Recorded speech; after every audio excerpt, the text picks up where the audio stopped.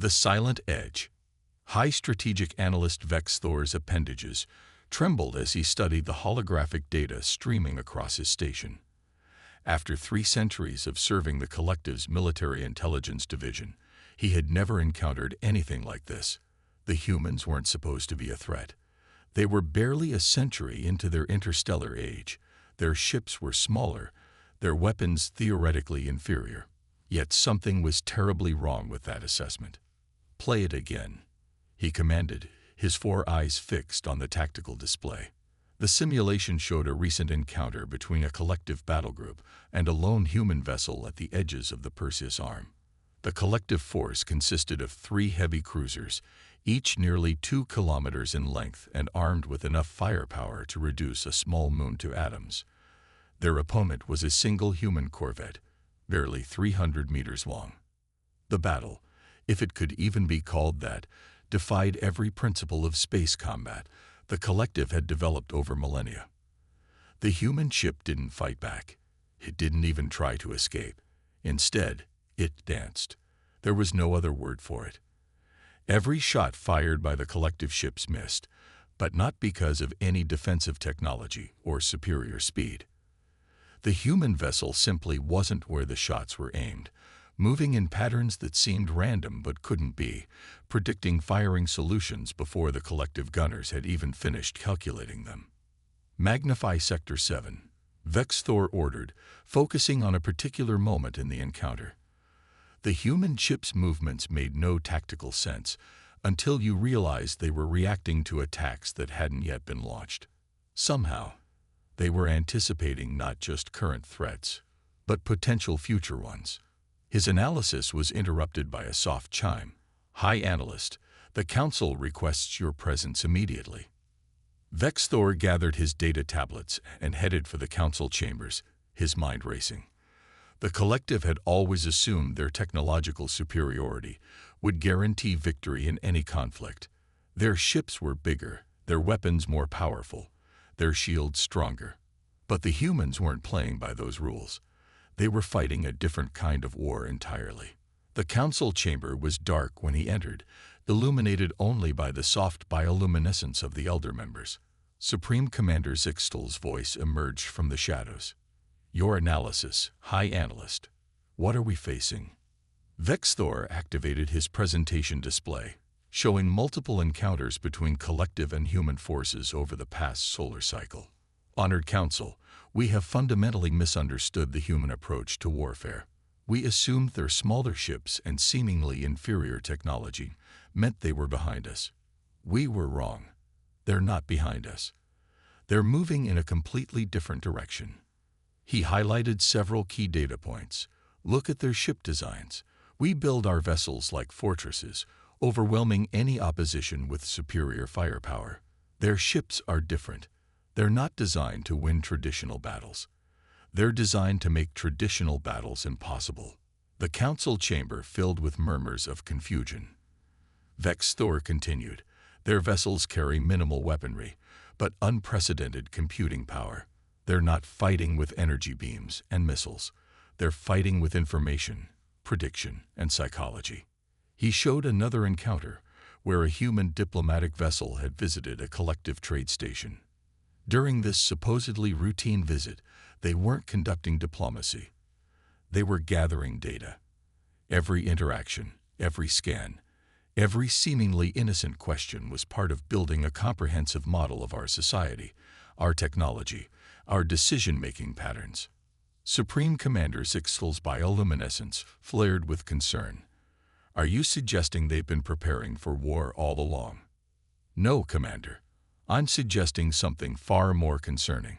Vex Thor displayed his final analysis. "They haven't been preparing for war. They've been preparing to make war, as we understand it, obsolete. Our entire military doctrine is based on overwhelming force.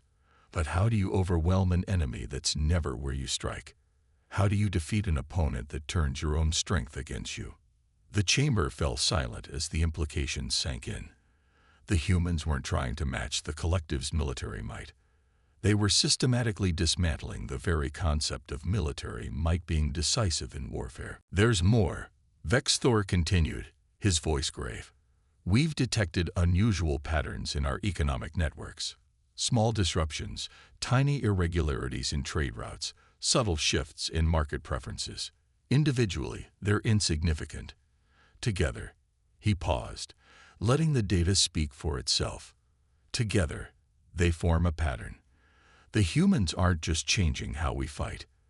They're changing the very nature of conflict itself. A council member's voice emerged from the darkness. What do you recommend, High Analyst? Vexthor stared at the data streaming before him, seeing not just numbers and patterns, but the shape of a future he never imagined. We need to completely reassess our understanding of humanity. We thought they were primitive because they didn't match our development path. But they're not primitive. They're parallel. They've developed along a completely different evolutionary and technological trajectory, and we're only now beginning to understand what that means. He gestured to the battle footage again. This isn't just about military technology or tactical doctrine. The humans have developed something far more powerful, a way of thinking that makes traditional advantages meaningless. They don't need bigger ships or stronger weapons. They've learned to win battles before they begin. As Vexthor concluded his presentation, the council chamber remained silent, each member contemplating the implications. The collective had spent millennia perfecting the art of space warfare, building ever larger ships, ever more powerful weapons. And now, faced with a species that had been among the stars for barely a century, they were discovering that perhaps they had been perfecting the wrong things entirely. The silence was broken by Supreme Commander Zixtal. What do they want, High Analyst? Vexthor's response was simple but chilling. Based on my analysis, Commander, they want us to keep thinking exactly as we are. Because every assumption we make about warfare, every traditional strategy we employ, every show of force we demonstrate, it all plays directly into their hands. We're not losing battles, Commander. We're losing the ability to fight battles on our terms at all. Network of Whispers. Dr. Sarah Chen sat in her dimly lit office aboard the Terran intelligence hub, Odyssey, surrounded by holographic displays showing thousands of data streams from across known space. To an outsider, it might have looked like chaos. Snippets of alien conversations, trade manifests, ship movements, and cultural exchanges all flowing simultaneously.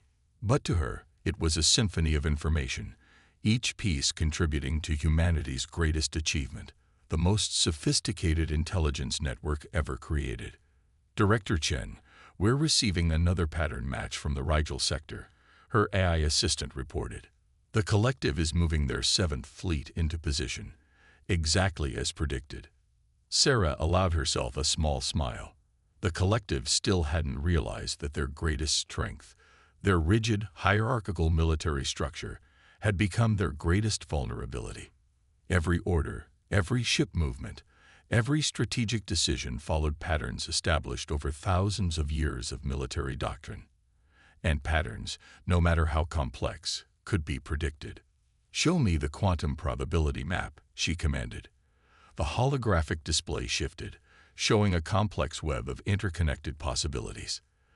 The human quantum prediction engines weren't just calculating what the collective might do. They were mapping every possible decision tree, every potential outcome, creating a strategic forecast that bordered on precognition. Her comm unit chimed. Director, Ambassador Torres is requesting a briefing. Miguel Torres was humanity's chief diplomat to the Galactic Council, and one of the few who understood the full scope of what they had built. When his hologram appeared in her office, his expression was grave. Sarah, the Collected's Council is meeting in emergency session. Our sources suggest they're finally starting to understand what we're doing. They understand pieces of it, Sarah corrected, manipulating the data streams with practiced gestures. They see our ships avoiding their weapons.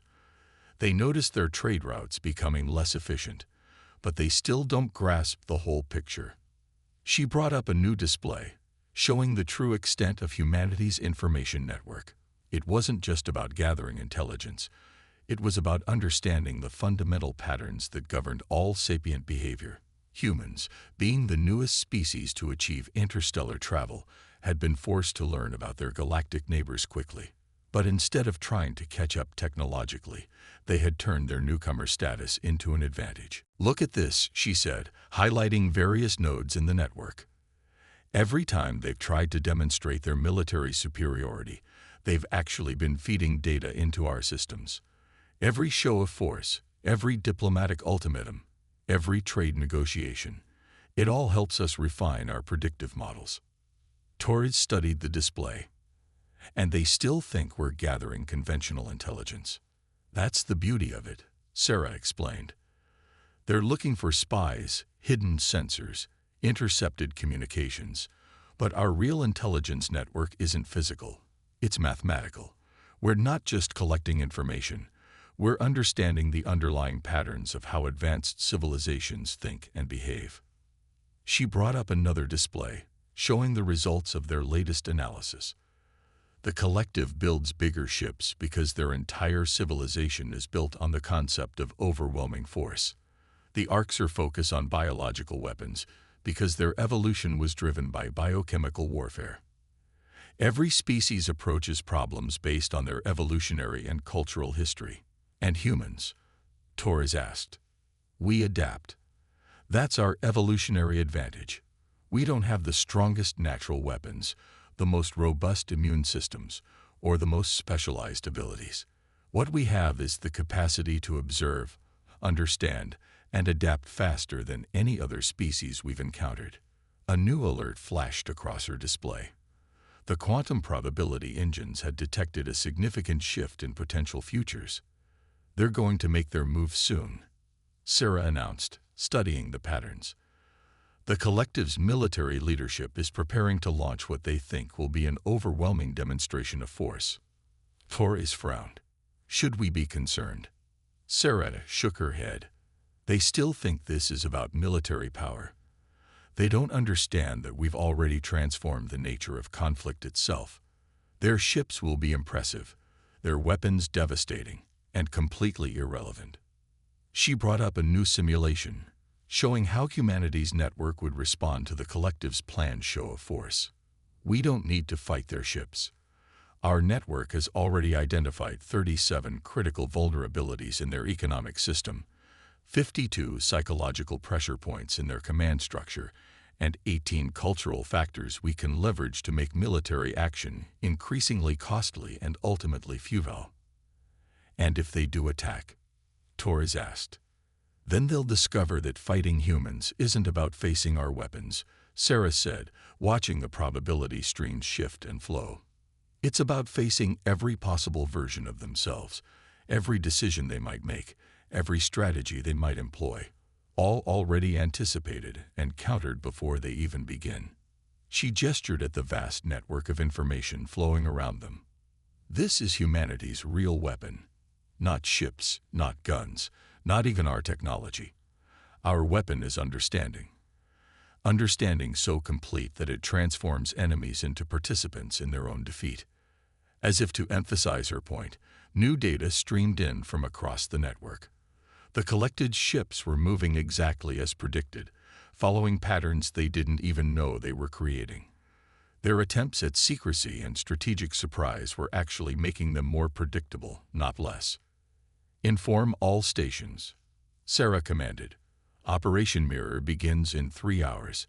Let's show the galaxy what happens when you try to fight an enemy that knows you better than you know yourself. The network hummed around her, a testament to humanity's true strength. They hadn't built the biggest ships or the strongest weapons. They had built something far more powerful, a system that transformed information into understanding and understanding into victory. The Quantum Gambit. Captain Maya Patel stood on the bridge of the TNS Foresight, watching quantum probability streams flow across her neural interface. The ship's AI was processing billions of potential futures per second, mapping out every possible move the approaching collective battle group might make. To her augmented senses, space itself seemed alive with possibilities, each potential future a different shade in an ever-shifting spectrum. Contact in 5 minutes, announced Lieutenant James Way. his fingers dancing across the quantum interface. 5 collective dreadnoughts, 3 carrier groups. Conservative estimate puts their firepower at enough to crack a small moon. Maya nodded, unfazed. The collective always thought in terms of firepower. They never learned. Status of the quantum field. Field is stable, Captain. Probability engines are running at optimal efficiency. We're seeing future states up to 7 minutes ahead with 99.9% accuracy. The foresight was humanity's latest achievement in quantum prediction technology. While other species built ever larger weapons, humanity had invested in understanding the quantum nature of reality itself. The ship's revolutionary engines didn't just predict the future. They analyzed the quantum waveform of spacetime, calculating every possible future simultaneously. Message from collective flagship, Way reported. They're demanding our immediate surrender. Standard intimidation package. Threats of annihilation. References to their superior firepower. The usual. Maya smiled. Send them nothing. Let's show them what the future looks like. The massive collective ships appeared on their view screen, each one a city-sized monument to conventional military thinking. Their weapons ports glowed with enough energy to vaporize planets. Their shields could withstand the fury of a dying star, and none of it mattered. They're charging weapons, Way announced. Multiple targeting solutions. They're going to try to box us in. Initiate quantum dance protocol, Maya ordered. The Foresight's engines hummed to life, but not in the conventional sense. Instead of trying to outrun or outgun the collective ships, the vessel began moving in ways that seemed to defy physics itself. Each movement of the Foresight was calculated based on quantum probability streams, placing the ship not where it needed to be to dodge incoming fire, but where it needed to be to avoid being targeted in the first place. The ship wasn't reacting to attacks. It was moving through possibilities, existing in the narrow spaces between certainties. The first salvo from the collective ships lit up space like artificial suns. Energy beams capable of cutting through battleship armor sliced through the void. And found nothing. The Foresight wasn't dodging in any traditional sense. It was selecting futures where it hadn't been targeted at all. Their tactical officers are adjusting their targeting algorithms, Way reported, a note of satisfaction in his voice. They still think this is about reaction time. Maya watched through her quantum interface as the probability streams shifted and flowed. The collective ships were falling into predictable patterns, their responses becoming more desperate with each failed attack. They were fighting according to their training, their doctrine, their thousands of years of military experience, and that made them predictable. Message from collective flagship, Way announced. They're asking what kind of drives we're using. They think this is about propulsion technology. Of course they do, Maya replied. They can't imagine that we're not playing the same game they are. Show me their command structure's psychological profile. The quantum interface shifted, displaying the complex web of relationships, fears, and ambitions that drove the collective's command decisions. Their rigid hierarchy, once a source of strength, had become a predictable pattern that the quantum engines could map with devastating accuracy. They're preparing their next attack, Way reported. Massive barrage, multiple vectors. They're trying to saturate all possible escape routes. Maya watched the probability streams shift. They still don't understand. We're not escaping. We're choosing which future becomes real. The space around the Foresight erupted in a symphony of destruction as the collective ships unleashed their full arsenal. Energy beams, plasma torpedoes, and gravitational distortion weapons turned the void into a killing field where no ordinary ship could survive. But the Foresight wasn't ordinary. It danced through the quantum possibilities, each movement calculated to perfection. It wasn't just avoiding the attacks.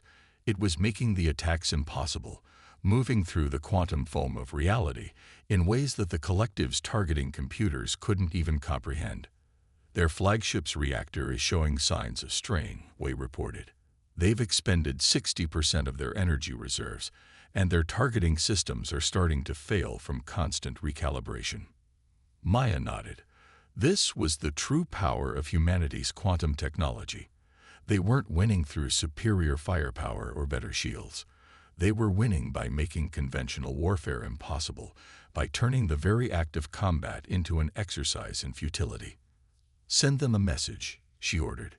"Tell them we're willing to discuss terms whenever they're ready to acknowledge that the future of warfare isn't about bigger guns." As the collective ships hung motionless in space, their mighty weapons silent after countless failed attempts, Maya reflected on the irony of their situation. The collective had spent millennia perfecting the art of destruction, building ever more powerful weapons to ensure their dominance. And here they were, brought to a standstill by a single human ship that refused to fight on their terms. The quantum probability streams showed the most likely future with crystal clarity. The collective commanders, their worldview shattered, would soon begin to understand that humanity hadn't developed a better way to fight wars. They had developed a way to make traditional warfare obsolete. Breaking point. Admiral Xin Wei stood in the Terran Strategic Command Center, watching as humanity's master plan reached its culmination.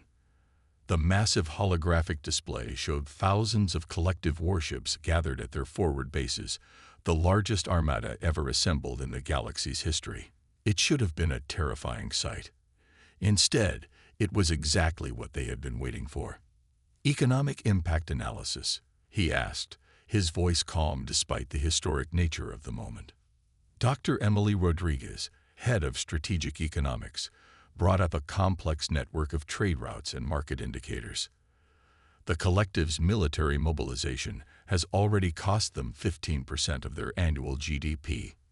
Their attempts to maintain secrecy have forced them to reroute civilian shipping, causing massive disruptions in their supply chains. Best of all, they did it to themselves. "We didn't have to fire a single shot." The admiral nodded. Humanity's strategy had been years in the making. While the collective built their massive fleet, humans had been quietly reshaping the economic landscape of the galaxy. They hadn't needed to attack the collective's military directly. They had simply created conditions where maintaining such a large fleet became increasingly unsustainable. "Show me the social impact metrics," he ordered.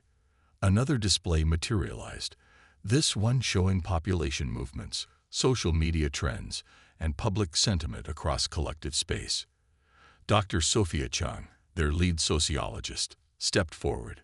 "The mobilization has created exactly the kind of social stress we predicted.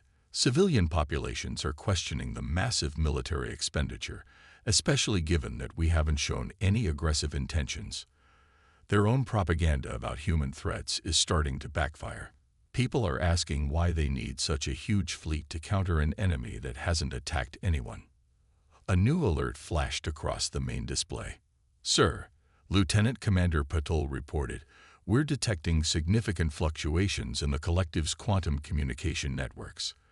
Their command structure is showing signs of strain." This was the true genius of humanity's approach. They hadn't tried to break the collective's military. They had simply created an environment where the collective's own actions worked against them. Every move they made to counter the perceived human threat only accelerated their own systemic collapse. "Sir, incoming transmission from the collective high command," announced the communications officer. "There, requesting an emergency diplomatic channel." Admiral Wei allowed himself a small smile. "Right on schedule. Put them through to the diplomatic corps. Make sure Ambassador Torres has the full psychological profile of their negotiating team." The massive fleet that the collective had assembled was about to become their greatest liability. The cost of maintaining it was crushing their economy. The social disruption was undermining their political stability, and they still hadn't found a way to counter human quantum prediction technology. New data from the probability engines, Paddle reported. 98% chance the collective will begin major fleet reductions within the next solar cycle. They can't afford not to.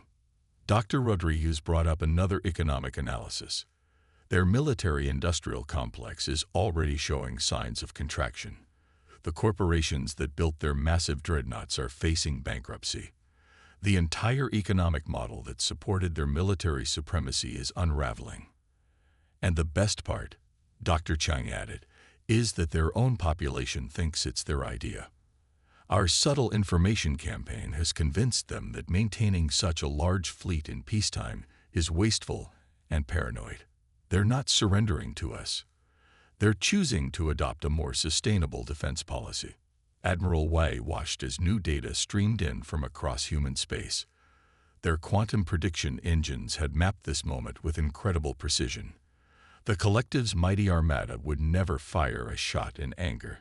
Instead, it would slowly deteriorate as economic reality forced them to acknowledge what humanity had known all along.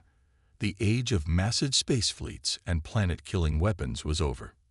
Message from the diplomatic corps, the communications officer announced. The collective is proposing a new galactic security framework. They're suggesting collaborative defense arrangements and shared responsibility for trade route protection. The admiral nodded. This too had been predicted. The collective wasn't just scaling back their military. They were adopting a completely new paradigm for galactic security, one that humanity had subtly encouraged them to discover on their own. "Sir," Paddle reported, examining the quantum probability streams, "we're seeing a cascade effect. Other species are already beginning to reevaluate their military doctrines. The Arxer Dominion has halted construction of their new dreadnought fleet. The Vex Confederation is quietly mothballing their older capital ships." This was humanity's true victory. They hadn't just defeated the collective. They had changed the fundamental rules of power in the galaxy. The age of massive fleets and overwhelming firepower was giving way to something new. A complex dance of information, economics, and social dynamics. "Send word to all commands," Admiral Wei ordered. "Operation Paradigm Shift is complete. Begin Phase 1 of the transition protocols." As the massive holographic display showed the first collective dreadnoughts powering down their weapons and preparing for long-term storage, Admiral Wei reflected on the nature of their victory. Humanity hadn't needed to destroy the collective's mighty fleet. They had simply created a galaxy where such fleets no longer made sense. The future of conflict had changed forever, and humanity, the supposed newcomers to galactic civilization, had engineered that change without firing a single shot. Their victory wasn't marked by burning wreckage and demolished fleets, but by spreadsheets, market trends, and social movements. It was a victory that most species wouldn't even recognize as such, and that was perhaps its most brilliant aspect of all. Evolution's children. 5 years after the collective's great fleet stood down, high strategic analyst Vexthor found himself in an unlikely position, teaching at the newly established Galactic Strategic Institute. His audience included representatives from every major species, including, most remarkably, several humans. The irony wasn't lost on him. He who had first recognized the true nature of human strategy was now helping others understand its implications. "The fundamental mistake," he explained, gesturing at the historical footage of the massive collective fleet, "was believing that military power was about the size of your ships or the strength of your weapons. Humanity showed us that true power lies in understanding and adapting to change." Dr. Sarah Chen, now serving as the human representative to the Galactic Council, sat in the back of the lecture hall, a slight smile on her face. The transformation of galactic civilization over the past 5 years had exceeded even their quantum probability projections. "But how did they do it?" asked a young collective officer, her bioluminescence flickering with curiosity. "How did humans manage to reshape galactic civilization in less than a century?" "By understanding something that took the rest of us millennia to grasp," Vexthor replied. "Evolution isn't about becoming stronger or developing better weapons. It's about becoming better at adaptation itself." He brought up a new display, showing the complex web of interconnected systems that humans had created. "Look at their approach. While we built bigger ships, they built better understanding. While we developed more powerful weapons, they developed more sophisticated ways of making those weapons irrelevant. They didn't try to win the game. They changed the rules of the game itself." Sarah watched as comprehension dawned in the eyes of the gathered students. The humans among them weren't surprised. They had grown up understanding these principles. But for the other species, it was a revolutionary way of thinking. Consider their quantum prediction technology, Vexthor continued. We initially thought it was just an advanced targeting system, but it was actually a way of understanding reality itself at a deeper level. They weren't predicting the future. They were learning to read the quantum probability waves that underlie all of existence. A holographic display showed the TNS Foresight's famous encounter with the collective fleet. Their ships didn't need to be bigger or stronger. They just needed to understand probability well enough to exist in the spaces between our assumptions. They turned our own certainty into a weakness. Sarah stood and walked to the front of the lecture hall. If I may add something. Vexthor nodded, stepping aside. The key to understanding human strategy is to realize that we never saw ourselves as superior or inferior to other species. We simply saw ourselves as different. Our evolution took a unique path, one that emphasized adaptability over specialization. She brought up a new display, showing the current state of galactic civilization. The massive military fleets were largely gone, replaced by smaller, more versatile ships.